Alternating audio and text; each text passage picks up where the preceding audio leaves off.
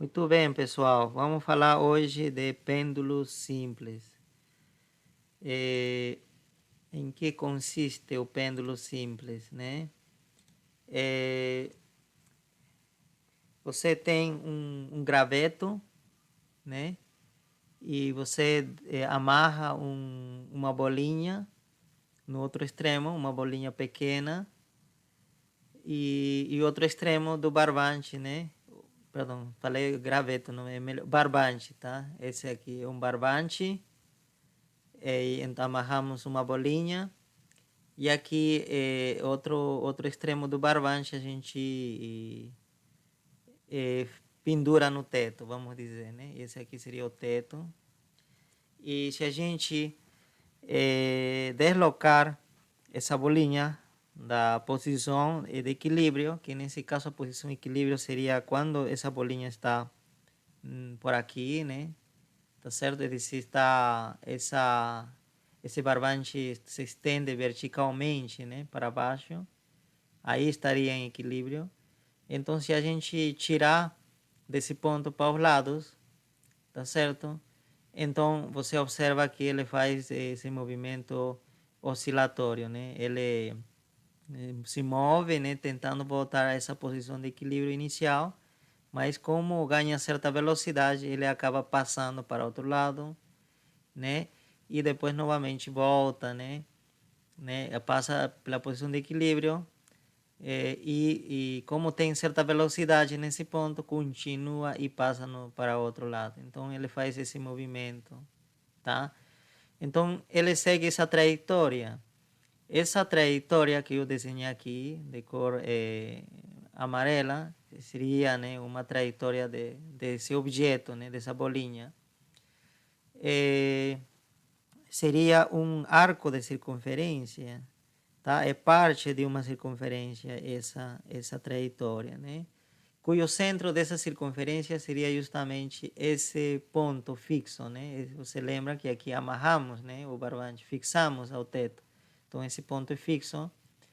Então aqui acaba se formando uma circunferência, por quê? Porque essa distância, o comprimento do barbante se mantém constante, né? Então ele vai varrer essa bolinha, ou esse extremo vai varrer uma circunferência, tá? Então isso, né? Nós temos aqui, vamos supor que o comprimento do barbante seja L, tá? Vamos denotar com a letra L. A bolinha tem uma massa M, né? Então, nós sabemos então que esse objeto vai oscilar e vai fazer um movimento, né, de um ponto a outro. Vamos supor que essa bolinha alcança no máximo esse ponto aqui, né? Alcança esse ponto, né? Tá certo? Então, esse seria o ponto máximo que ele consegue alcançar, tá? E do outro lado seria também, né? E vamos supor que esse seria o ponto máximo que ele consegue alcançar, tá certo, né? Tá? Então, essa seria a linha do equilíbrio, né? Tá certo? Essa seria a posição de equilíbrio da corda, e aqui seria a posição de equilíbrio da bolinha, tá? Então, quando está aqui a bolinha, se a gente né, deixar a bolinha aqui, sem mexer nada, né, sem empurrar essa bolinha, ela vai permanecer eternamente, né, nesse ponto, nessa posição. Né? Mas basta tirar dessa posição, né, e o que vai acontecer vai começar a oscilar, né? Muito bem. Então, podemos então chamar, nesse caso, um, eixo curvo, né? Arco, que seria isso. Eu vou chamar então esse eixo, que a diferença do sistema mola-bloco, né? Que você lembra, né? O eixo X, né? Era assim, né? Aqui estava a posição de equilíbrio e aqui era a menos A e A, né? Então o bloco, você lembra que oscilava desse ponto a outro e depois voltava e fazia isso, né? Mas nesse caso, o nosso eixo era reto. Aqui eu vou considerar um eixo curvo, né? Meio estranho, mas é só para fazer analogia com isso. Então, vamos considerar X assim. Oh, perdão. Vamos chamar de letra S aqui. Depois a gente vai ver por que S. Tá? Então, esse seria o eixo S.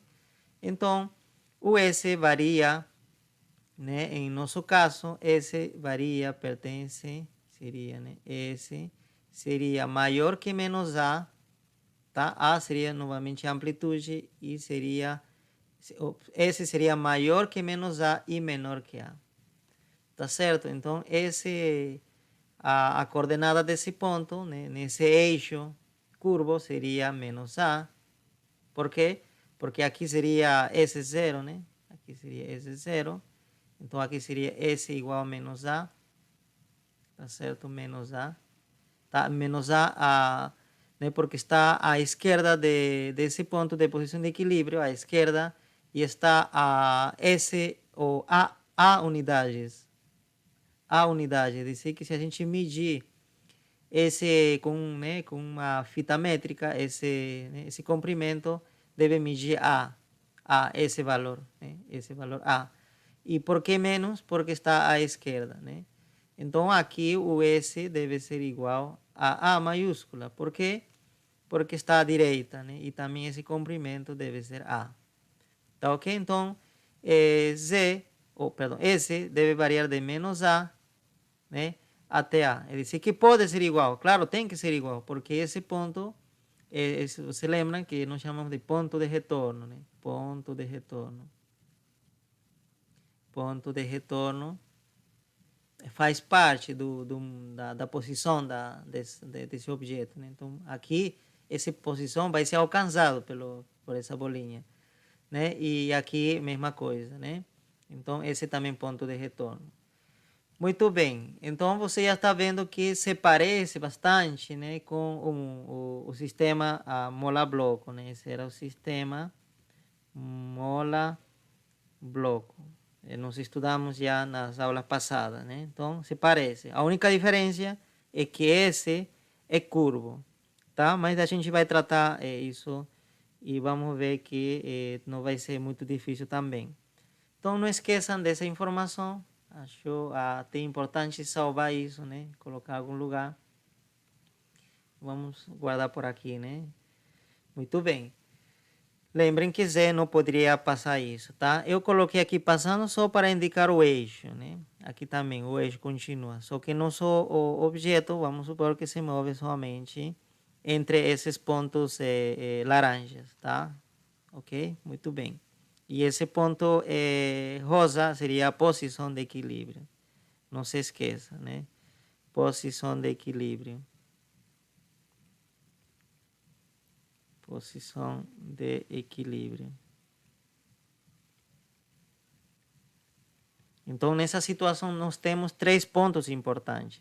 Esse ponto e esse ponto, que são pontos de retorno, né? Dois pontos, né? São dois pontos de retorno, né? Nos extremos.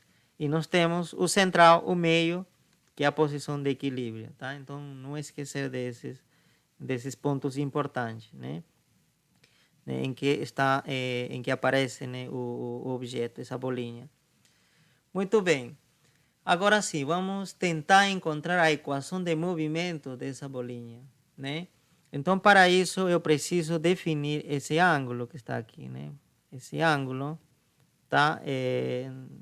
Vamos dizer que essa abertura seria o ângulo formado pelo barbante com a linha imaginária vertical, tá? Então, vamos chamar desse ângulo φ, tá certo? Alguns livros chamam de θ, mas aqui vou chamar de φ. Ok? Então, este θ seria o ângulo formado pelo pêndulo com a posição de equilíbrio. Essa é a posição de equilíbrio, né? E essa seria a posição em qualquer tempo, né? Tá? Então, seria a posição, o φ, e o ângulo formado pelo pêndulo em qualquer tempo t com a posição de equilíbrio. Tá? Então, é isso. Muito bem. Para poder encontrar a equação de movimento, eu vou usar a seguinte propriedade, né? Que nós sabemos que a energia, tá certo, do pêndulo, que deveria ser a energia mecânica, né? Deveria ser igual à soma da energia cinética mais a energia potencial, tá certo? Tá? E como que nesse caso nós vamos a desprezar a resistência do ar ou qualquer força dissipativa, a gente vai desprezar, tá certo? Vamos desprezar qualquer força que tire energia, então podemos supor que essa energia total é uma constante. Muito bem. Então significa que ao derivar, tá certo? Se eu derivar essa energia em relação ao tempo, tá certo? Quanto deve dar? Aqui estamos falando de que a energia é constante no tempo. No tempo, é dizer que pode passar o tempo que quiser, mas a energia dessa bolinha sempre será a mesma, né?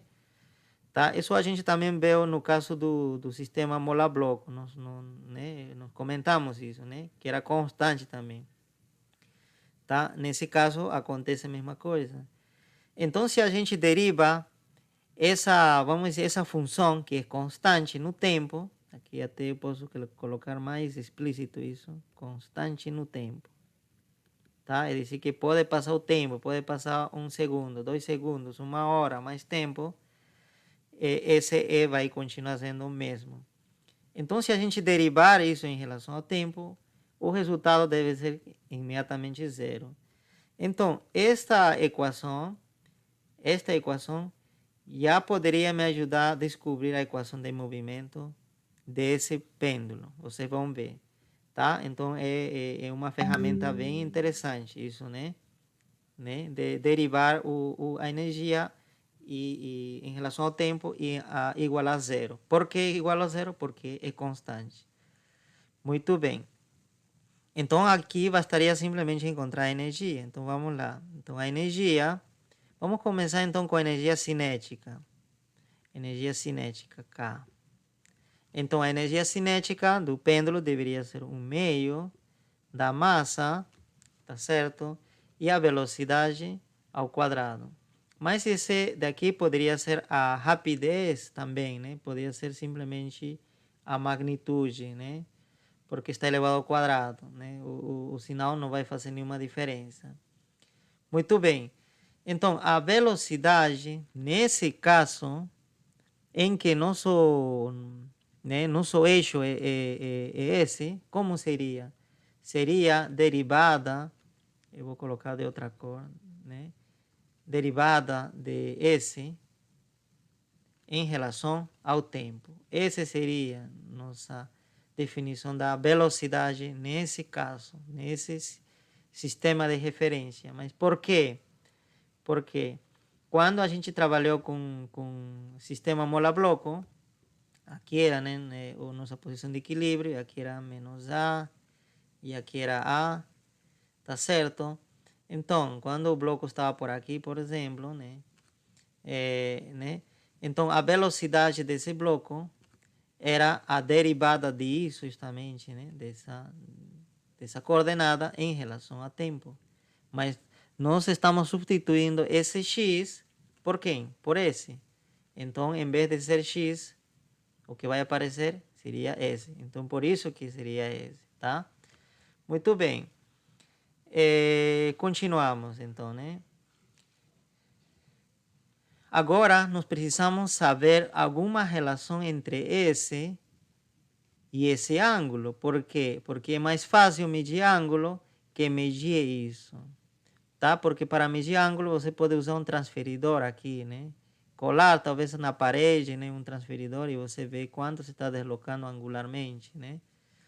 Então, que está medindo cada momento com uma régua aqui, né? Tá certo, mas a gente precisa encontrar alguma relação com φ. Com φ. Muito bem, então, nesse caso, se essa bolinha está aqui, esse seria justamente isso, né? Esse deslocamento seria esse, tá certo? Essa medida, essa daqui seria esse. E como isso daqui é arco de uma circunferência, nós falamos isso. Arco de circunferência, né? Circunferência. Tá? Eu vou colocar simplesmente isso, né? Arco de uma circunferência. Então significa que existe uma relação. Essa é geometria básica, né? Que nos relaciona ao ângulo, mas o ângulo precisa estar em radianos com esse. Qual seria a relação? Que esse se denomina também comprimento de arco. Também se denomina comprimento de arco. Esse comprimento de arco é igual ao raio da circunferência, que nesse caso o raio da circunferência seria L, multiplicado pelo ângulo em radianos. Tá certo? Esse deve estar em radianos. Tá certo? Muito bem. Então eu tenho essa relação. Portanto, substituindo essa informação aqui, eu vou encontrar uma nova relação para a velocidade. Então a velocidade seria derivada em relação a t de quê? De S. Mas S, eu agora vou abrir um parênteses um pouco maior, né? Porque é uma expressão já um pouco grande. Então, nós escrevemos dessa forma. Olha, S seria tudo isso, tá? Estou substituindo por tudo isso. S. Não, é assim, né? Muito bem. Como ele é uma constante, nós falamos que o comprimento do pêndulo não vai variar, é uma constante. Não vai variar, né? Do contrário, se isso varia, já não seria pêndulo simples, tá? Já seria outra coisa. Então, para chamar pêndulo simples, teria que ser constante isso, esse comprimento da corda, do barbante. Então, que é constante sai. Então, fica simplesmente L derivada em relação ao tempo de quê? Do φ. Tá certo? E como falei para vocês, isso daqui também nós podemos denotar simplesmente como φ ponto, né? Porque toda derivada temporal a gente indica simplesmente como pontinho, né? Se for derivada de A em relação a tempo, por exemplo, seria simplesmente A pontinho, para simplificar. Muito bem. Então, nós demonstramos que a velocidade é igual, acho que podemos já anotar aqui em cima, velocidade é igual a L, comprimento do pêndulo, multiplicado pelo φ ponto. Tá? Multiplicado pelo φ ponto. Muito bem. Então é isso, nós encontramos essa relação e agora nós podemos substituir aqui, né? Apagamos tudo isso. Eu acho que seria interessante também anotar que S é igual L φ. Também isso é importante também. Aqui, multiplicação. Tá? Então, vamos substituir na velocidade, ou aqui na energia cinética, esse resultado. Então, olha, vai ser ao quadrado. Então, vai ficar o seguinte, 1/2 da massa L ao quadrado e φ ponto ao quadrado. Muito bem. Então, já tenho minha energia cinética. Tá certo? E aí você pode dizer, o que será φ ponto, esse daqui, que como nós podemos chamar, tem algum nome? Esse se denomina velocidade angular. Velocidade angular do pêndulo. Tá certo? Esse se denomina velocidade angular. Por quê? Porque seria a taxa de variação do ângulo em relação ao tempo, né? Quão rápido está variando esse ângulo, tá? Muito bem. Agora sim, vamos para a energia potencial. Energia potencial, nós sabemos que seria, como nesse caso, essa altura do pêndulo, né? Quando ele faz esse movimento assim, né? A altura desse pêndulo varia, né? Varia pouco em comparação com o raio da Terra, tá? Por que estou fazendo essa aclaração? Porque a gente está na dúvida. Eu vou usar essa daqui, né? A energia potencial. Você lembra que existia essa fórmula, né? Que nós aprendemos no primeiro capítulo desta disciplina, né? Então você pode perguntar, vou usar isso daqui ou a gente vai usar aquela fórmula de física 1, que era isso? Qual vamos usar? Vamos usar essa daqui. Por quê? Porque essa fórmula da energia potencial é válida quando a variação da altura é pequena em comparação com o raio da Terra. E essa daqui tá, se recomenda usar quando a altura varia muito em comparação com o raio da Terra. É dizer, que a gente, né, está na superfície da Terra e depois a gente, né, muda a nossa altura de modo que a gente se afaste muito da Terra e se aproxime, por exemplo, até a Lua, né? Tá certo?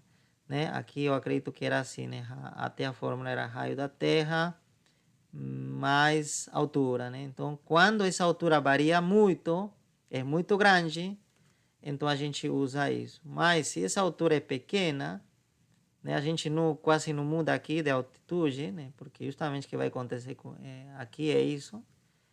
Então, ou a gente pode usar aproximadamente essa fórmula, tá? É dizer, que essa fórmula é aproximada, a fórmula correta é isso, tá? Só que trabalhar com isso é bem chato, né? Bem mais complicado. E isso aqui é bem mais fácil. Muito bem, então feito essa aclaração, a gente pode continuar, né? Nossa análise. Então, nós usamos essa fórmula, tá? Muito bem. Ok, então agora nós precisamos encontrar y. Nós precisamos definir o y. Então, para isso, né, nós temos que definir um nível, né, de referência. Então, vamos supor que esse daqui seria o nível y igual a 0. Aqui, essa altitude, nós chamamos de y igual a 0. Tá? Essa altitude. Muito bem. Se for assim, tá? Vamos fazer o seguinte. Vamos apagar algumas coisas aqui que estão enchendo muito nosso gráfico, tá? Então, se for assim, nós podemos desenhar o eixo y assim, tá? Eixo y assim, cresce para cima, tá? É dizer, que de aqui para cima seriam alturas positivas e daqui para baixo seriam alturas negativas. Significa que então que a altura dessa bolinha será negativa. E que altura será? Traçamos a partir desse ponto, traçamos uma linha vertical até a linha y igual a 0, até essa linha. Então, esse comprimento já me dá a informação da altura. Porém, depois eu preciso acrescentar um menos na frente porque está abaixo, né? Do y igual a 0. Então, Professor, sim. pode repetir essa parte do nível do y e depois do eixo do y, por favor? Tá.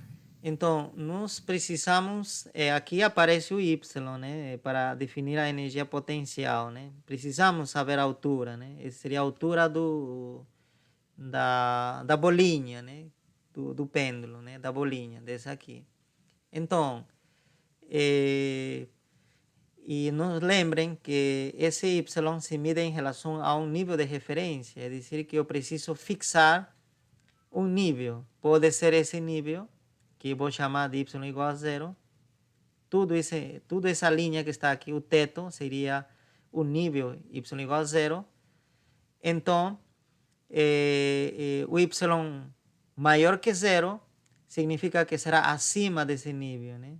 Então, esses pontos, por exemplo, esse ponto, estarão com y maior que 0. E se está abaixo desse nível, y igual a 0 será negativo. Tá certo? Negativo, né? Da mesma forma que a gente define, né, no plano cartesiano, né? Nós temos o eixo y e este aqui seria como se fosse o eixo x, né? O eixo x seria esse. Então, nós sabemos que y positivo é acima desse eixo x e é negativo para baixo do eixo y, né? Do eixo x, tá? Ficou aclarado isso aí? Sim, professor, obrigado. Muito bem. Então, lembrem que esse eixo, essa linha y igual a 0 é arbitrário. Eu escolhi aqui. porque talvez seja fácil para mim, mas podia ter escolhido aqui. Bem aqui quando está na posição de equilíbrio a bolinha, né? Aqui. Essa altura. Isso poderia ter chamado de y igual a zero. Tá? Porém, poderia ser mais complicado encontrar o y. Tá? Isso vai depender muito do que a gente precise, né? Nesse caso, para mim, eu acredito que a escolha né, adequada de y0 seria essa daqui. Por quê? Porque esse segmento, né, que seria, nesse caso, poderia ser profundidade também, né, que a gente pode chamar profundidade ou altitude negativa, né, que está para baixo, né? Então, é parte de um triângulo retângulo. Por quê? Porque essa linha forma 90 graus com essa horizontal. ¿Por qué 90 graus? Porque essa aqui é vertical e essa é horizontal. E 90 graus significa que eu tenho um triângulo retângulo aqui. E esse aqui seria a hipotenusa e esse seria um cateto. E se eu conheço a hipotenusa e conheço algum dos ângulos interiores, pode ser esse ângulo ou esse ângulo, os catetos são conhecidos. Tá? Muito bem, então aqui eu vou usar um teorema, agora eu não lembro, mas é um teorema da geometria. Não lembro de quem é esse teorema, né? Se tenho linhas paralelas, essas linhas paralelas, né? Não sei se é do Tales, não lembro, é um teorema da geometria. Se eu desenho essa linha, essa reta, tenho duas retas paralelas e desenho uma terceira reta, essa reta faz o mesmo ângulo com essa reta rosa faz o mesmo ângulo com as duas retas paralelas. Se aqui é θ, aqui é θ também. Se aqui é 30 graus, aqui também é 30 graus. Não sei se vocês lembram desse teorema. Lembram, né?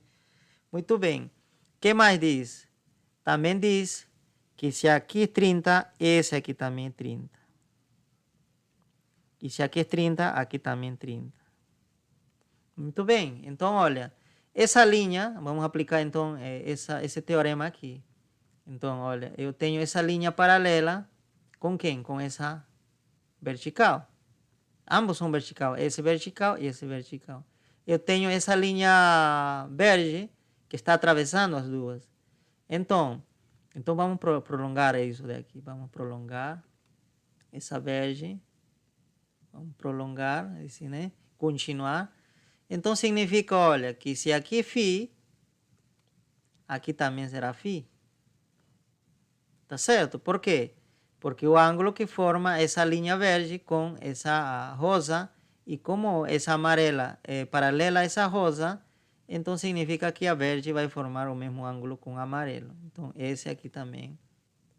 Tá certo, fi? E pela mesma razão que expliquei, se aqui é 30, aqui 30 também do outro lado, significa que isso daqui é φ. Tá certo? Então esse ângulo é φ. Muito bem. Tá? Então apagamos isso daqui. E pronto. Nós sabemos que esse ângulo é φ. O ângulo formado pelo verde e amarelo. Muito bem. Tá? Tem outra forma de mostrar também isso. Aí você vê qual seria o melhor. Tá? Tem outro que tem que ver com esse ângulo. Você pode fazer dessa forma também. Essa análise. Muito bem. Agora sim, eu tenho, olha, a hipotenusa, é aquele que se opõe a 90 graus, né? E eu tenho um ângulo interno. Então, pronto. Quanto vale essa altura? Então, a gente já vai chamar essa altura de H, por enquanto. Vamos chamar de H. Tá? H. Então, nós sabemos que aqui esse seria o cateto, né? O cateto adyacente de φ. E esse aqui é a hipotenusa. Então, a razão trigonométrica que nos permite relacionar o cateto adyacente com a hipotenusa é o cosseno. Cosseno de φ seria, então, cateto adyacente, que seria H, e a hipotenusa seria L. Portanto, H seria, né, esse L passa a multiplicar, seria, então, L vezes cosseno de φ. Muito bem, então esse daqui, já não escrevo H, simplesmente escrevo L cosseno de φ. Muito bem. Porém, como está abaixo da linha, então precisa ser menos. Mas quem menos? O y. Tá certo? Então o y, que seria, né, a medida da altura, então precisa ser menos h, né, que nós acabamos de encontrar. Mas quem h? Era isso. Então precisa ser menos L cosseno de φ. Muito bem, salvamos essa informação e substituímos isso aqui. Tá? Então nós temos, substituímos aqui, então abro parênteses, aqui é multiplicação, menos L cosseno de φ. Muito bem, ajeitamos aqui, esse menos pode ir para frente, menos mg, L cosseno de φ. Muito bem, então já nós temos também a energia potencial. O Sim. o senhor pode explicar de novo esse y igual a menos L cosseno de φ? Por favor, aqui caiu minha internet aqui. Tudo bem. Tá, eu vou colocar melhor H aqui, tá? H, para que não se perda. Então, olha, o que nós fizemos foi o seguinte. Vamos ainda manter como H essa parte. Ok. Vamos colocar isso em outro lugar. Então, o que nós determinamos aí é o cosseno de φ. Tá? Cosseno de φ. Por quê? Porque o cosseno que relaciona o cateto adyacente e hipotenusa. Então, olha, cosseno de φ é o H, que eu não sei quanto vale.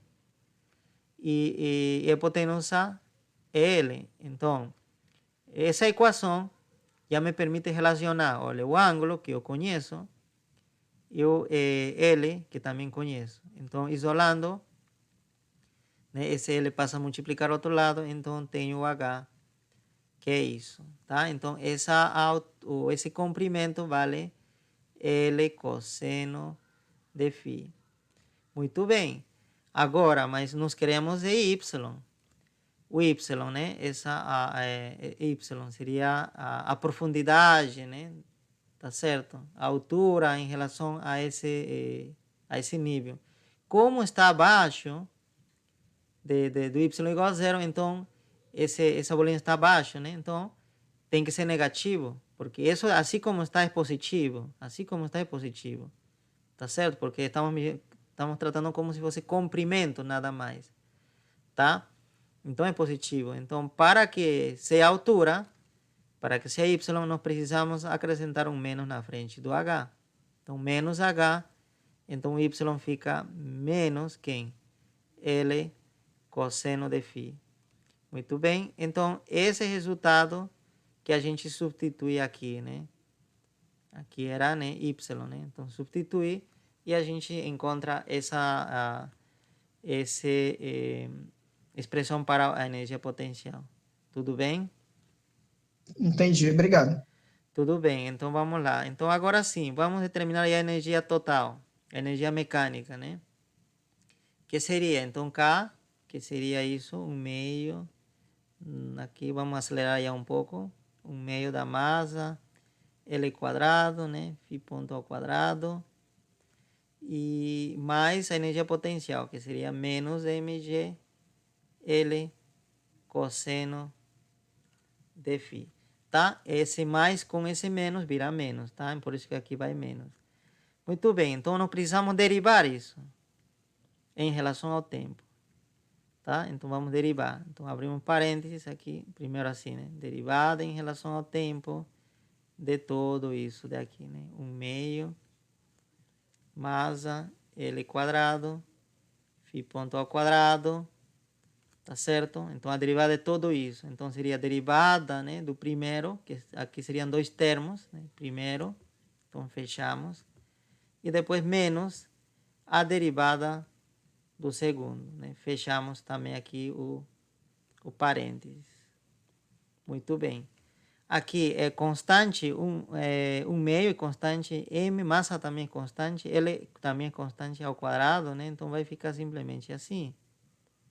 Tá certo? Então vai ficar 1 meio, e afora 1 meio mais L quadrado, derivada em relação ao tempo dessa expressão aqui, né? Φ ponto ao quadrado. E desse lado, mesma coisa, menos, então apagamos aqui, tiramos, esse daqui é constante, então tiramos mg, L, e nós derivamos simplesmente o cosseno. Derivada em relação a tempo do cosseno. Cosseno, muito bem, tá? E por que eu vou derivar cosseno? Porque φ se depende do tempo, né? Φ deve variar com o tempo. Deve ser uma função do tempo, que justamente seria a lei horária, né? Então, por isso que preciso derivar. E φ ponto também, porque a velocidade também vai variar com o tempo. Vai ser também uma função do tempo, tá? Então, aqui também preciso derivar. Primeiro elevado ao quadrado, né? Tudo isso. Muito bem. Agora, aqui vem o seguinte, mas como que eu vou derivar isso? Porque aqui é derivada em relação a t, e aqui está aparecendo φ ponto, e aqui está aparecendo t, φ, e aqui está t. Muito bem. Então, vamos fazer por partes isso daqui, para a gente não se complicar a vida. Então, vou derivar primeiro em relação ao tempo quem? O φ ponto ao quadrado. O que eu vou fazer aqui? Usar a famosa regra da cadeia. Vou derivar primeiro isso daqui, esse φ ponto ao quadrado, em relação ao próprio φ ponto, a esse daqui. Tá certo, né? Então, seria ao quadrado, e depois eu preciso derivar esse daqui em relação ao tempo. Seria isso. Tá? E agora esse daqui seria a mesma coisa que derivar, né? Derivada de x quadrado em relação a x. Né? Imagine que φ ponto é como se fosse x, né? A tudo isso que eu vou chamar de x. A tudo isso que eu posso chamar de x. Tá certo? Então vai dar isso, né? Quanto é? 2x. Como aqui o x é φ ponto, então seria 2 vezes φ ponto. Pronto, resolvi a primeira parte. Agora isso. Agora isso daqui seria, você lembra o seguinte, que seria φ ponto, você lembra? Seria a derivada de φ em relação ao tempo. Era isso, né? Simbolizava isso. Então, se a gente derivar isso, aqui está justamente, derivar novamente em relação ao tempo, então significa que esse daí seria a segunda derivada de φ em relação ao tempo. Então, esse daqui seria uma segunda derivada. E nessa situação, essa segunda derivada se representa da seguinte forma, também de forma bem simplificada. Se representará por 2 pontinhos. Então, esse aqui será φ, 2 pontinhos. Tá? Esse daqui será φ, 2 pontinhos. Porque, olha, já era pontinho, a primeira derivada em relação ao tempo. Agora, mais outra derivada temporal, outro pontinho. Quer dizer, cada vez que você deriva em relação ao tempo, esse φ acaba ganhando um pontinho, né? Como aqui, 2 vezes que você deriva, que seria isso, 2 pontinhos, tá? É só o símbolo, tá? É só o símbolo, não tem outra coisa aí atrás disso. É só, né, representar isso por esse símbolo. Muito bem, terminamos. Então, esse daqui seria 2φ e ponto. Depois a gente substitui, né? Vamos lá. Vamos agora a essa parte. Essa parte eu acho que é mais fácil. Então, vamos separar aqui. Muito bem. Então, seria derivada em relação ao tempo do cosseno de φ. Mas também nós usamos regra da cadeia. Então, derivada do cosseno em relação a quem? Ao argumento do cosseno, que seria φ. E depois derivada do φ, multiplicamos, né? De φ em relação ao tempo. Tá certo? Regra da cadeia. Agora, isso daqui já nós falamos que seria o φ ponto. Então, tá? Φ ponto. E esse daqui é fácil, né? Derivada do seno é menos seno de θ. Tá? E imagina que esse aqui x é x, né? Muito bem, menos seno de θ. Então, nosso resultado fica, no final das contas, menos seno de φ vezes φ ponto. Pronto. Então, isso. Agora sim, vamos substituir aqui. Então, como fica? Então, seria 1/2 ml quadrado. Agora, essa parte deu 2 φ ponto, φ 2 ponto, menos mgl e esse resultado aqui, né? Então, seria... Olha, aqui tem um menos. E quando multiplicar com esse menos, vai ficar mais. Então, aqui mais seno de φ, φ ponto. Muito bem. É isso. Nós encontramos a derivada, né, temporal da energia e dá isso. E este daqui deve ser idêntico a zero. Deve ser igual a zero. É isso que está dizendo isso. Tá certo? Então, esta seria a equação de movimento. Tá? Agora, esta daqui que eu vou transformar a uma equação parecida à equação que apresentei, né? Quando estudamos o sistema mola-bloco. Tá? Muito bem. Então, vamos guardar essa informação e apagar aqui né, algumas coisas para poder continuar. Mas já está bem perto do que a gente quer. Então, vamos apagar aqui. Esse aqui também não sabemos já. Apagamos. Muito bem, esse aqui também. Muito bem. Né? Energia potencial, a gente pode anotar também, talvez a gente precise, né? mgl cosseno de φ. Muito bem, então aqui apagamos isso. Isso aqui também apagamos. Muito bem, então vamos somente escrever aqui. Mas antes de escrever, acho que a gente poderia simplificar algumas coisas. Esse 2 simplifica com esse 2. O que mais? Olha esses termos aqui, esses dois termos que sobrou aqui, né? Vamos apagar isso por enquanto, esse daqui, né? Não sabemos já que tudo isso é derivada da energia em relação ao tempo. Aqui está 2, que acabei simplificando já. Simplifiquei. Tá? Até podemos já tirar então aqui, tiro aqui, já fica mais limpo ainda, né? Para ver o que a gente precisa fazer. Então, olha, aqui é multiplicação, tá? Multiplicação. Então, olha, nós temos dois termos. Esse termo e esse termo. O que tem em comum os dois termos? Tem M, aqui está M.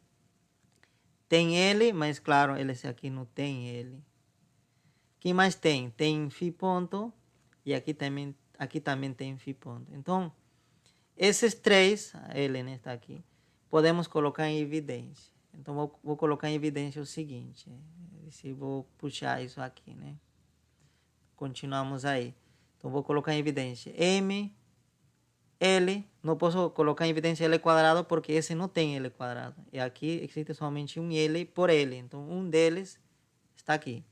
O que mais? Φ ponto. Agora sim, Φ ponto, né? Agora o restante, abro parênteses e colocamos aqui o restante. Quem sobrou, então, já tiramos aqui um L, então ficou um L ainda. Já tiramos isso, então ficou φ ponto. Φ ponto.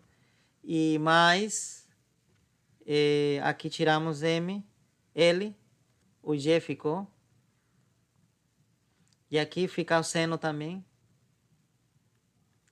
E φ ponto também já foi aqui para fora. Então, foi só isso. Igualamos a zero. Muito bem. Agora, esse aqui é um fator, né? Esse aqui é constante essa parte, mas esse aqui não é. Mas para que toda essa expressão seja zero, tá certo? Existem duas possibilidades. Pode ser que seja zero isso, ou poderia ser que seja zero isso. Tá? Mas isso daqui não pode ser zero sempre. né? M não pode ser zero, L também não pode ser zero. E a velocidade também não sempre é zero. Pode acontecer que em algum momento seja zero. Nos extremos, aqui e aqui, né? A velocidade angular, né? Não falamos que essa é a velocidade angular. Poderia ser. Mas não sempre é zero. Então a única possibilidade é que esse aqui seja zero. Outra forma de ver é o seguinte. Né? Se isso fica complicado para vocês, pode ser o seguinte, que esse daqui passa a dividir no outro lado, né? Está multiplicando aqui, passa dividindo. E então zero sobre qualquer outro número dá zero, né? Então, o que sobra? Fica sobrando simplesmente L o que sobrou, né? Seria L, φ, dois pontos, mais G, seno de φ, igual a zero. Nada mais. Se simplificou toda essa equação, Professor, se simplificou somente a isso. Oi, sim? esse seno não é negativo, não? Não, porque você lembra que era negativo antes, mas com esse menos que está aqui, virou positivo. Ah, sim. Uhum. Aqui, né? Quando você deriva isso, virou negativo, mas, né, com esse menos, deu mais. Muito bem. Muito bem, apagamos isso daqui, a gente não precisa mais. Aqui temos uma expressão bem mais simplificada, né, aqui, que seria isso. Muito bem. Antes de continuar, eu preciso falar o seguinte. Que podemos colocar em evidência ele aqui.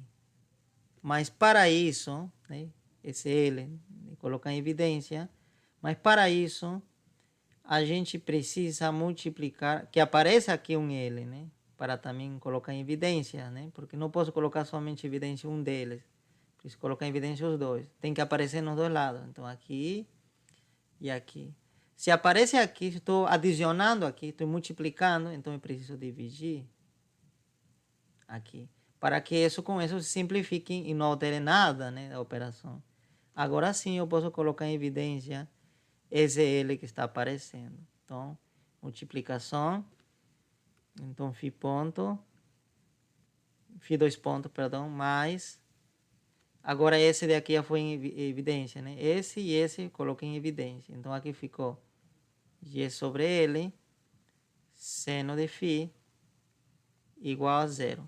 E, novamente, esse pode passar a dividir outro lado. Então, passa a dividir. E esse é 0 sobre L é zero novamente. Tá certo? Então, o que nós fizemos foi tirar esse L da frente do φ dois pontos. E essa é uma expressão bem mais simples. Então, esta seria a equação de movimento de um pêndulo.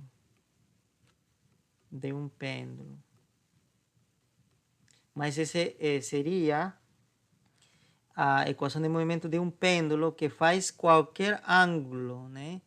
Qualquer ângulo. Pode ser grande ou pequeno, esse ângulo que está aqui. Agora, existe uma simplificação. Se esse ângulo for bastante pequeno, menor que 1, tá certo? Menor que 1, você pode testar na sua calculadora, se você colocar um ângulo pequeno e calcular o seno desse ângulo, tá certo? Por exemplo, você poderia calcular o seno de 0,1, tá certo? Poderia calcular 0,1 ou 0,1, né? Você vai ver que o resultado vai dar uma coisa assim, 0,099, mas vai dar algo próximo a esse argumento, vai dar próximo a 0,1. É dizer que quando você tira o seno de ângulo pequeno, parece que o resultado é o próprio argumento, é o próprio ângulo. Tá? Você pode verificar isso. E isso tem embasamento matemático, né? Que talvez em outra oportunidade possa explicar, né? É dizer que não é uma coincidência isso, né? Tem uma justificação. Então, se o ângulo é pequeno, então nós podemos fazer a seguinte aproximação, que o seno do φ é simplesmente φ. Tá certo? Como já falei para você. Por quê? Porque seno de um certo ângulo pequeno, por exemplo, assim, vai dar o próprio, aproximadamente o próprio ângulo que está aqui. Tá certo? Isso se cumpre somente para ângulos pequenos, não se cumpre para ângulos, por exemplo, seno de 2, não vai dar 2. Não vai dar 2. Tá? Isso aqui não se cumpre. Por que não se cumpre? Porque 2 já é grande, não é menor que 1. Tá? Então, para valores menor que 1, tá? Se cumpre aproximadamente isso. E para valores bastante pequenos que 1, né? Bem pequenininhos, é quase exato essa aproximação. Tá certo? Quase bate já o resultado do seno com o próprio ângulo. Vocês podem, né, ir fazer esse teste, né, usando sua calculadora. Muito bem. Por que é importante fazer isso? Porque fazendo isso existe uma simplificação ainda dessa equação de movimento. Tá? Então, nós simplificamos. Então, agora ficaria assim, dessa equação de movimento. Então, em vez de ser seno de φ, coloco simplesmente φ igual a 0. Muito bem. Agora sim, nós chegamos à equação de movimento de um pêndulo simples. Ao objeto que obedece a essa equação de movimento, a gente chama de pêndulo simples, tá? E esse daqui não é pêndulo simples? Não, esse aqui se conhece mais como pêndulo não linear. Não linear. E é um pouco complicado trabalhar com isso. Tá certo? Tem alguns artigos falando sobre as propriedades desse pêndulo não linear, tá? Então, é um assunto, não é trivial tratar esse pêndulo, tá? Não é fácil. Né? Então, é um pêndulo não linear. É decir, se a gente não fizer essa aproximação, a gente está tratando com pêndulo não linear. E quando a gente já faz essa aproximação, nós temos o pêndulo simples. O pêndulo simples, ou também pêndulos ou linear, né? Nós podemos chamar pêndulo simples ou linear. Muito bem, tem essa equação de movimento bem mais simples. Agora, nós precisamos, como a gente queria, né? Ou como a gente já fez para o sistema mola-bloco, nós precisamos encontrar quem? O T, o período, nós precisamos encontrar a frequência, quanto é, para esse caso também, porque é um movimento periódico, você vai repetir, tá certo? Mas vamos nos concentrar nisso e vamos esquecer isso daqui, tá? Então a gente não vai mais falar de isso, que é um pouco mais complicado, né? Que é isso. Muito bem, então para encontrar o T e F, tá? Vamos apagar isso daqui. Para encontrar o T e F, o período e a frequência, que justamente vai depender disso, vamos fazer o seguinte, vamos fazer uma analogia com a equação diferencial, tá? Essa é uma equação diferencial. Vamos fazer uma analogia com a equação diferencial que nós encontramos para o sistema mola-bloco, né? Nós encontramos o seguinte, que era igual a assim, eu acredito que era assim, tá certo? Essa era a equação diferencial, né? EDU, né? Equação diferencial ordinária para o sistema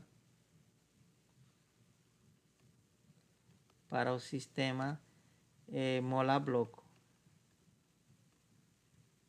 Tá certo, né? O que nós estudamos. Quando estou falando mola-bloco, estou falando de isso, né? Que nós colocamos um bloco, né?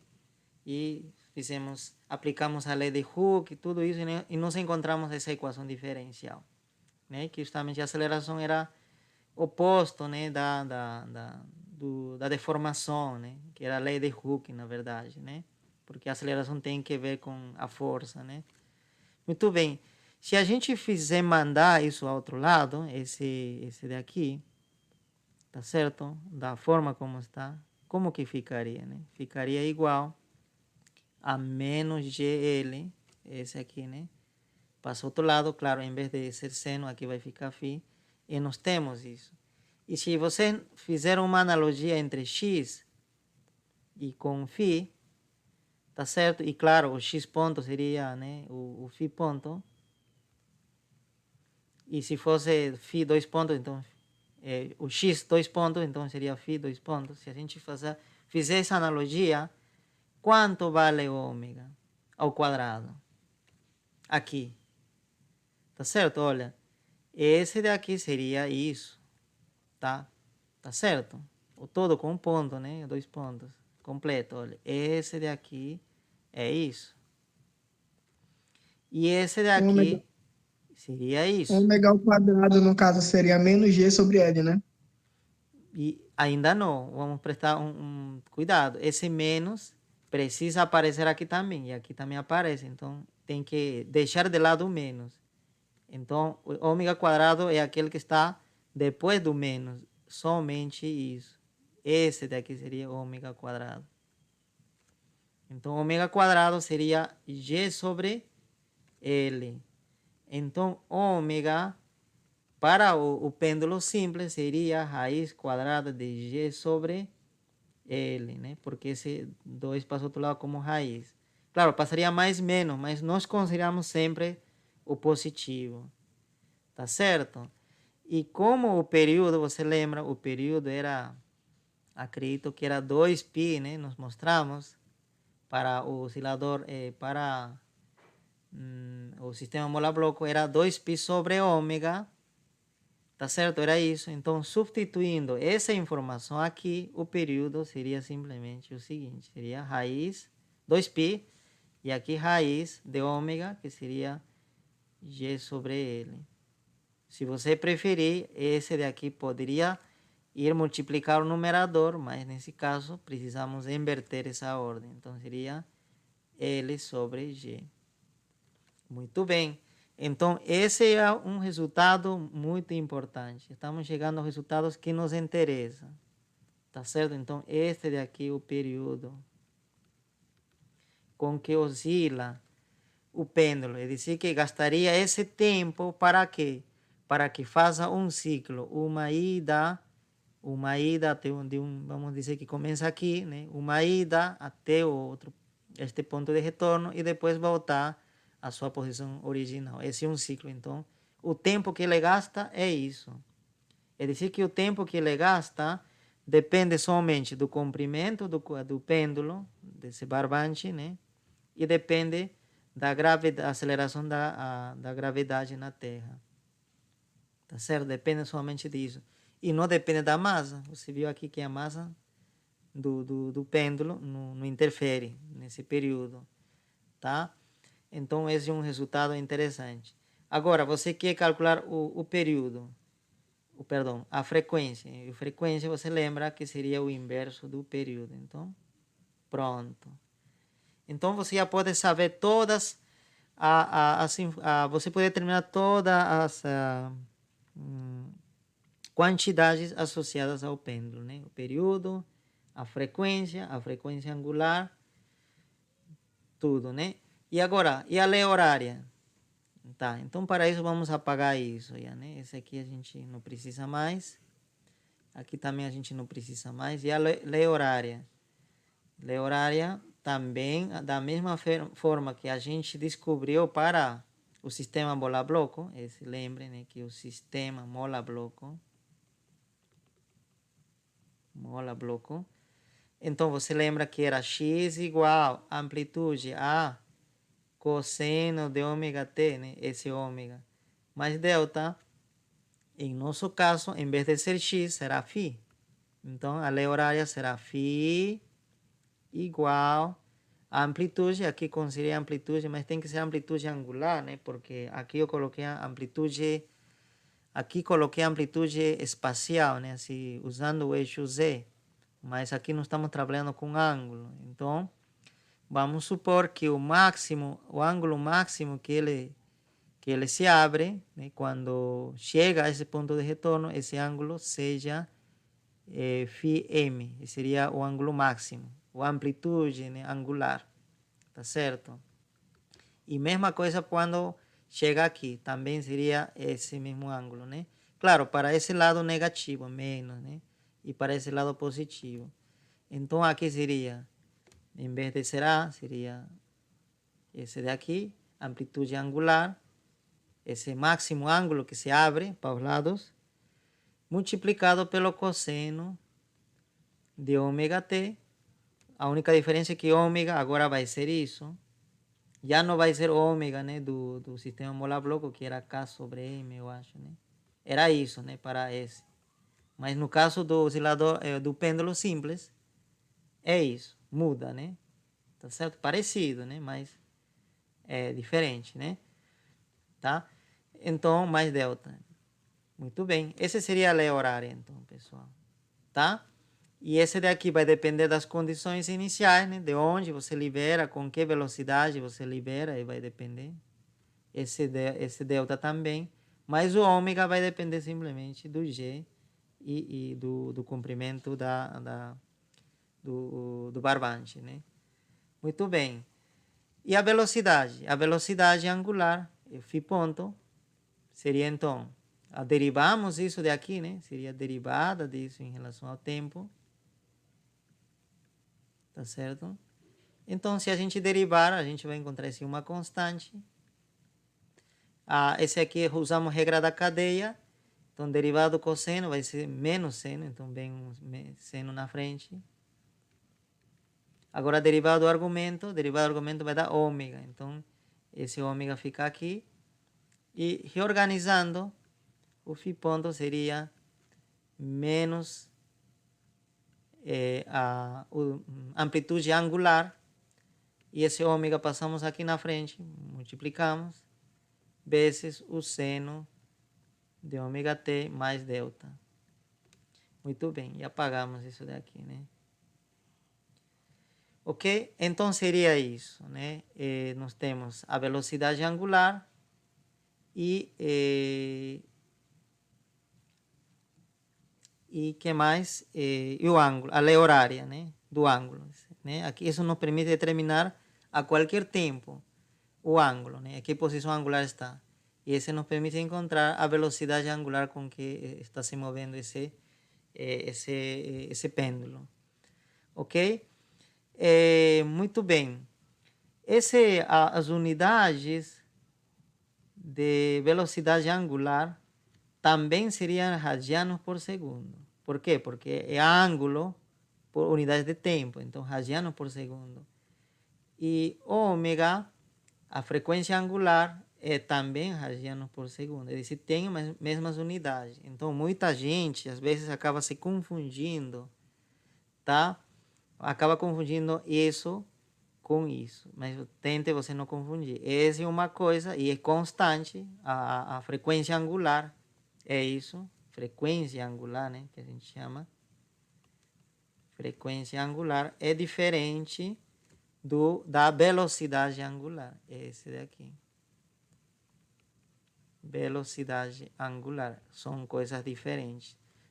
Tá? Fisicamente diferentes. Mas, claro, tem as mesmas unidades. E você pode acabar se confundindo. Então, cuidado com isso. Tá certo? Cuidado. Tá? São diferentes. São quantidades diferentes. Apesar que eles têm as mesmas unidades. Ok, pessoal. Eu acredito que com isso, né, você já pode resolver alguns exercícios da apostila. Então, para concluir esse assunto, a gente poderia dizer o seguinte. Então, olha, você lembra que esse variava de menos A até A. Então, no nosso caso, como vamos trabalhar, não vamos trabalhar com esse, senão vamos trabalhar com φ. Então, nesse caso, podemos dizer que φ, né, φ varia, deve ser maior, né, maior ou igual que φ menos φ máximo, ou amplitude, né, menos a amplitude angular, até e vai ser menor que a amplitude angular, tá? Então varia entre esse numerinho que aparecerá aqui, né? Ou esse ângulo que aparecerá aqui, tá? Então, se esse φ máximo for, por exemplo, né, 0,2 radianos, então o φ deveria variar entre menos 0,2 radianos, que se você pode colocar as unidades radianos, até 0,2 radianos, tá bom? Então, esse daqui que a gente chama amplitude, né? Angular, tá? Então, anote isso, né? Amplitude angular, ok? Então, isso. Feito essa aclaração, vocês podem já resolver os exercícios 2.8 e 2.9 da apostila, tá? Tá na apostila. Procurem esses exercícios, tá? Que mais? Eu acho que posso deixar alguns exercícios também que eu achei em alguns livros, tá? Então, para ter mais variedade de exercícios, né? Então, vamos lá. Vamos com o primeiro exercício, né? Determinar ele, o seu comprimento do pêndulo, determinar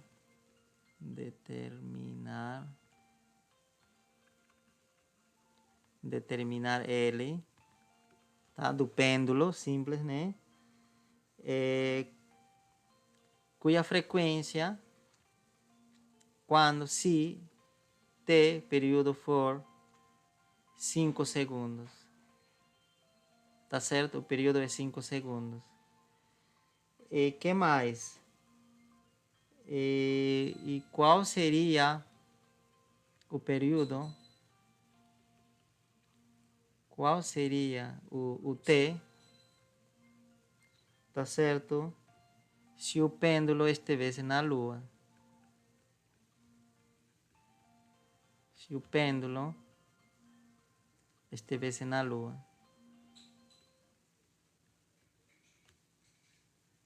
Na Lua, né?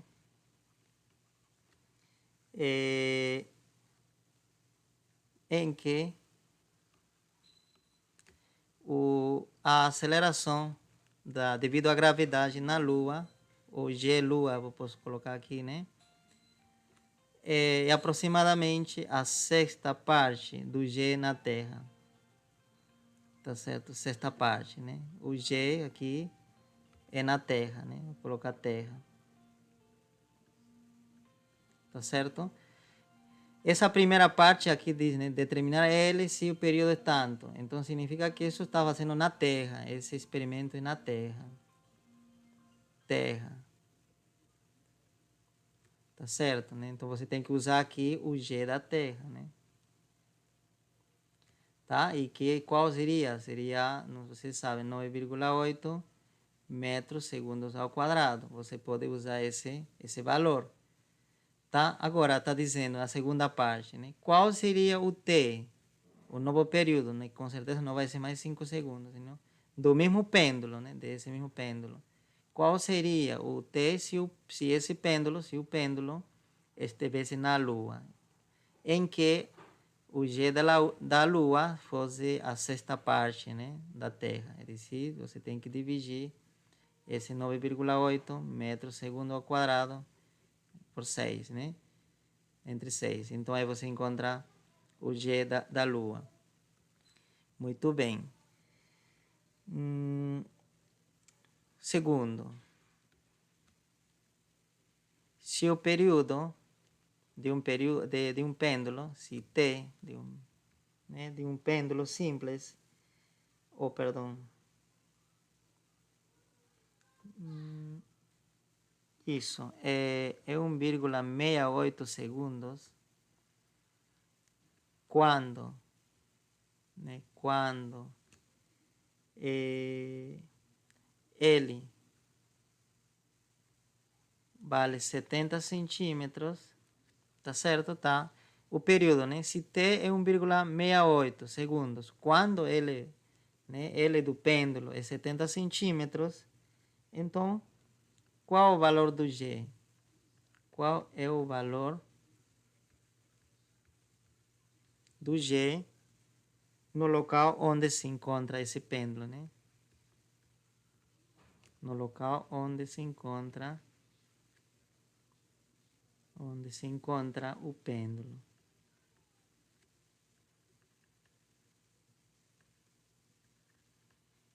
Ok? Então é isso, né?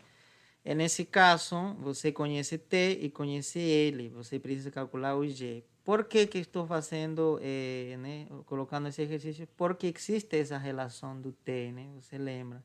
O período é igual a 2π, nós mostramos já isso, né? L sobre G. Verifique, eu acho que é isso a ordem, né? 2π L sobre G. Então, olha, se você conhece L e G, você sabe o período, tá? E se você sabe o período e o G, também você pode isolar o L e encontrar o L, tá certo? Então, essa equação nos permite relacionar três quantidades físicas. Conhecendo duas, encontramos a terceira, tá? Então, esses dois exercícios têm a ver com isso, tá? Nesse primeiro caso, conhece T e nesse segundo exercício, você conhece T e conhece L. T e L, está precisando encontrar o G. Tá? Não necessariamente vai dar isso, pode dar menos ou mais, né? Tudo vai depender do resultado. E aí você pode dizer se está na superfície da Terra ou está mais para cima, né? Como mais ou menos a gente pode, para ter uma ideia, né? Muito bem. Antes de esquecer, pessoal, então aqui tem ainda o 2.7, né? Aqui eu não tinha percebido, né? Agora que vocês falaram, eu verifiquei. Então tem 2.7, 2.8 e 2.9, né? Para resolver. Então, vamos tentar tirar a dúvida do exercício 2.7, né? Isso, 2.7, em que estava pedindo a velocidade máxima, né? Aqui dizia a parte B, não, estava pedindo a energia cinética máxima, mas tem a ver com a velocidade máxima. Muito bem, então vamos começar com a fórmula da energia cinética primeiro, né? E eu lembro que já falamos isso aqui, né? Energia cinética era um meio da massa, velocidade ao quadrado. Porém, lembrem que a velocidade era, se lembra, era L φ ponto. Nós mostramos isso, né? Se vocês estão com dúvida com isto, vocês podem dar uma olhada no início do vídeo, né? Que vocês vão achar a resposta a isso. Então, se a gente substituir isso, né, nessa fórmula, a gente vai encontrar o seguinte resultado. Seria L quadrado φ ponto ao quadrado. Muito bem, então é isso. Então, nós precisamos encontrar o φ ponto primeiro. Para saber a energia cinética máxima, eu poderia fazer o seguinte, né? Você sabe que a energia cinética, da mesma forma que no caso do sistema mola-bloco, deve acontecer aqui, na posição de equilíbrio. Aqui deve ser máxima. É decir, quando o ângulo é zero. Tá certo? Quando energia cinética é máxima, quando φ é zero. E deve ser mínima quando o φ vale, né, aqui, seria nesses pontos de retorno, a energia cinética seria mínima, porque aí o objeto para, né, então velocidade é zero, então a energia cinética também vai ser zero, tá? Então aqui seria K mínimo, né, mínimo e zero, mesma coisa aqui. Então, o único lugar em que a energia cinética é máximo é quando esse objeto está na posição de equilíbrio, aqui. É decir, quando φ vale zero. Mas aqui você não tem a energia cinética em função do φ. Você tem em função de φ ponto. Mas você sabe que φ... Você lembra, a gente fez esse truque no caso anterior, né, do sistema mola-bloco. Φ...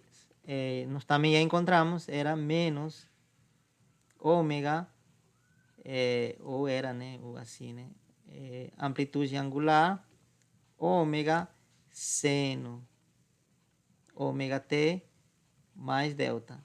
Era isso, né? Muito bem, derivando, você vai encontrar isso. Tá? E você poderia substituir aqui e você vai encontrar energia mais em função do tempo. Mas eu não quero em função do tempo. Eu quero em função de φ para quê? Para que ao momento de substituir φ por zero, já tenha a energia cinética máxima. Tá? Porque eu não sei em que tempo que essa bolinha vai passar pela posição de equilíbrio. Eu não sei em que tempo. Tá? Mas eu sei que quando passa pela posição de equilíbrio, o φ vale 0. Então, eu preciso encontrar a energia cinética em função de φ. Eu vou fazer esse truque. Eu vou repetir, na verdade, elevar ao quadrado isso. Elevo ao quadrado, então, tudo isso. Então, esse menos se transforma em mais. Tá certo? Mas também ao quadrado, né? Então, isso também é ao quadrado, né? Isso é tudo, o seno ao quadrado, isso ao quadrado, isso ao quadrado, tá certo. Agora a gente faz o seguinte truque. Esse daqui, o seno, você sabe, já nos mostramos que é igual a 1 menos cosseno ao quadrado desse mesmo argumento. Tá certo? Mas como? Você lembra, né? Cosseno de qualquer ângulo, vamos dizer triângulo, mais seno de um ângulo que é triângulo é igual a 1. Claro, triângulo, triângulo. Então, se nós temos seno de triângulo, se nós passamos isto daqui ao outro lado, vai ficar 1 menos cosseno do triângulo. Desse aqui, né? Tá certo? Então, nosso triângulo aqui é isso. Triângulo, estou falando triângulo, é quadrado, perdão, né? Quadrado. Quadrado. Então, quadrado seria isso. Então, aqui seria 1 menos cosseno desse argumento. Ok? Estou usando essa propriedade. Muito bem. Então, usei essa propriedade. Agora, continuamos. Ao quadrado. E esse daqui está de fora, vai multiplicar a esse daqui, né? Então, primeiro é isso. Então, vai ficar ao quadrado, ômega ao quadrado, né? Por 1. Agora esse daqui multiplica esse também, então vai ficar esse ângulo ao quadrado e ômega ao quadrado pelo cosseno ao quadrado, ômega t mais delta. Muito bem. Agora aqui a gente faz usamos a propriedade comutativa, né? Comuta, né? Esse φ pode ir aqui e ômega pode passar aqui, então nós escrevemos da seguinte forma, né? Assim. Tá certo? Só troquei a posição aqui, né? Posição. E não vai mudar o resultado. Muito bem. Agora, esse φ m ao quadrado está elevado ao quadrado e esse cosseno também está elevado ao quadrado. Então, os dois colocamos parênteses e elevamos ao quadrado. Muito bem. Esse quadrado age aqui e age ao cosseno. E aqui se tem uma multiplicação. E o que é isso aqui? O que está dentro do parênteses é justamente o φ. Então, nós encontramos, olha, que φ ponto ao quadrado é igual φ máximo, a amplitude angular, né? Menos, multiplicado por esse fator, menos isso daqui, ômega ao quadrado, e aqui ficaria φ quadrado. Colocamos em evidência ômega, porque aparece aqui e aparece aqui. Tá certo? Então, colocamos para que fique mais simples. Então, ômega ao quadrado, então, tiramos daqui. Então, fica simplesmente isso.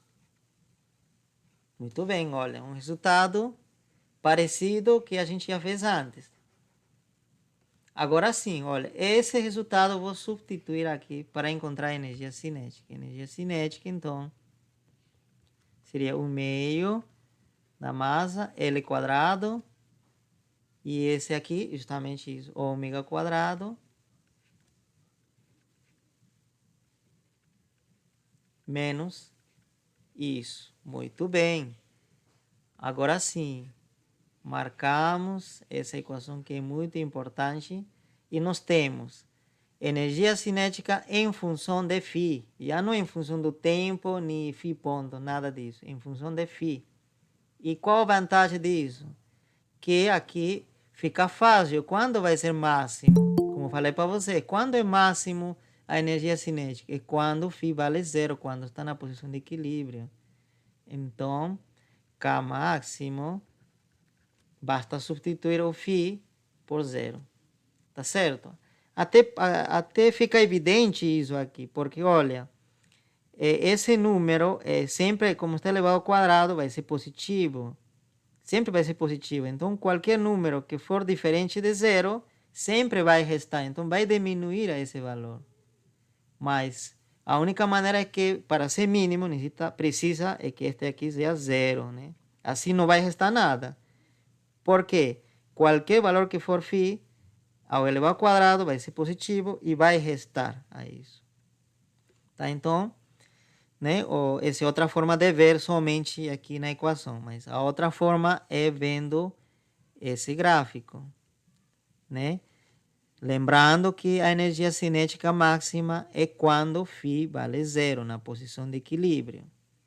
Tá? Então, você substitui e então você já tem o K máximo. 1/2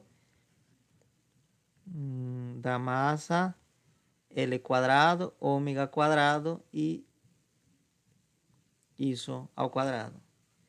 Tá certo, né? Aqui está tanto L quadrado, ômega quadrado e φ máximo ao quadrado. Então, nesse exercício dá isso, esse conhecido isso. Então, você vai substituir simplesmente. É dado o ômega também. Então, você substitui aqui.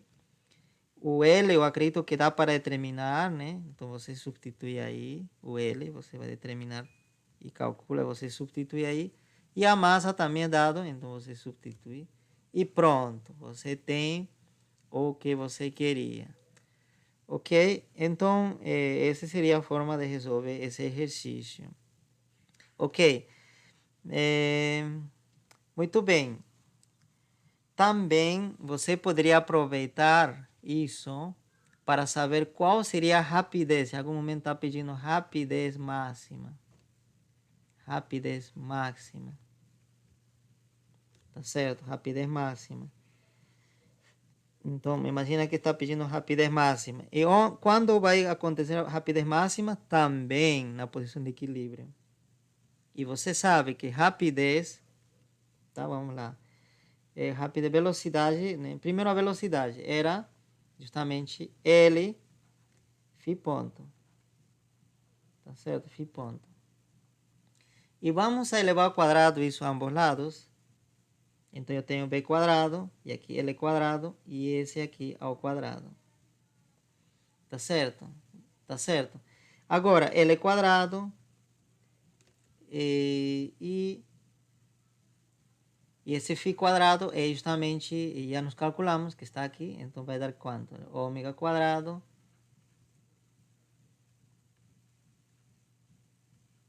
pronto, né? Então, olha, você tem em função o b quadrado.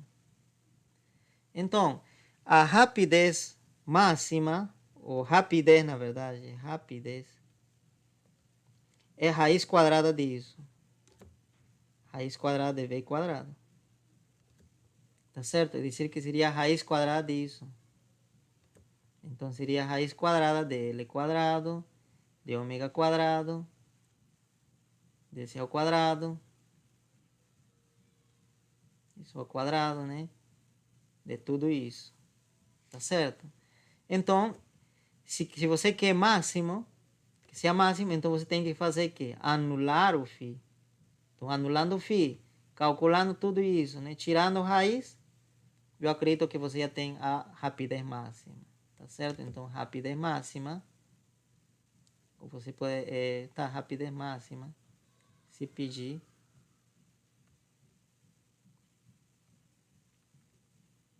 seria simplesmente, olha, se esse φ se anula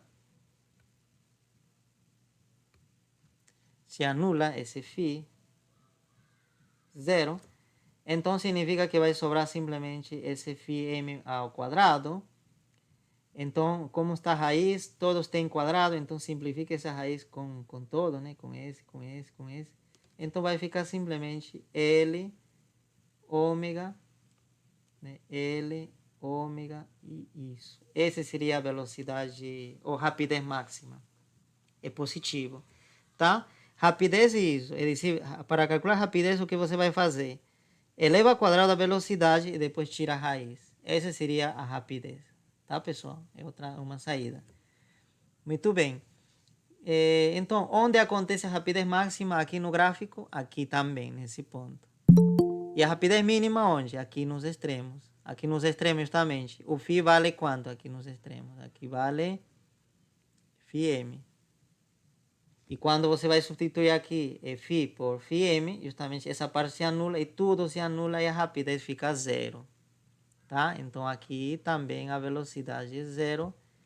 Aqui a velocidade é zero. Mas aqui no meio, aqui, a velocidade é isso. Ou rapidez é esse valor que está aqui. Tá certo? E esse é o valor máximo. Ok, pessoal? Então dá uma olhada, né, com paciência. Isso para se você estiver com alguma dúvida. Tudo bem, então vamos parar aí, tá? Então a gente se vê na nossa próxima aula.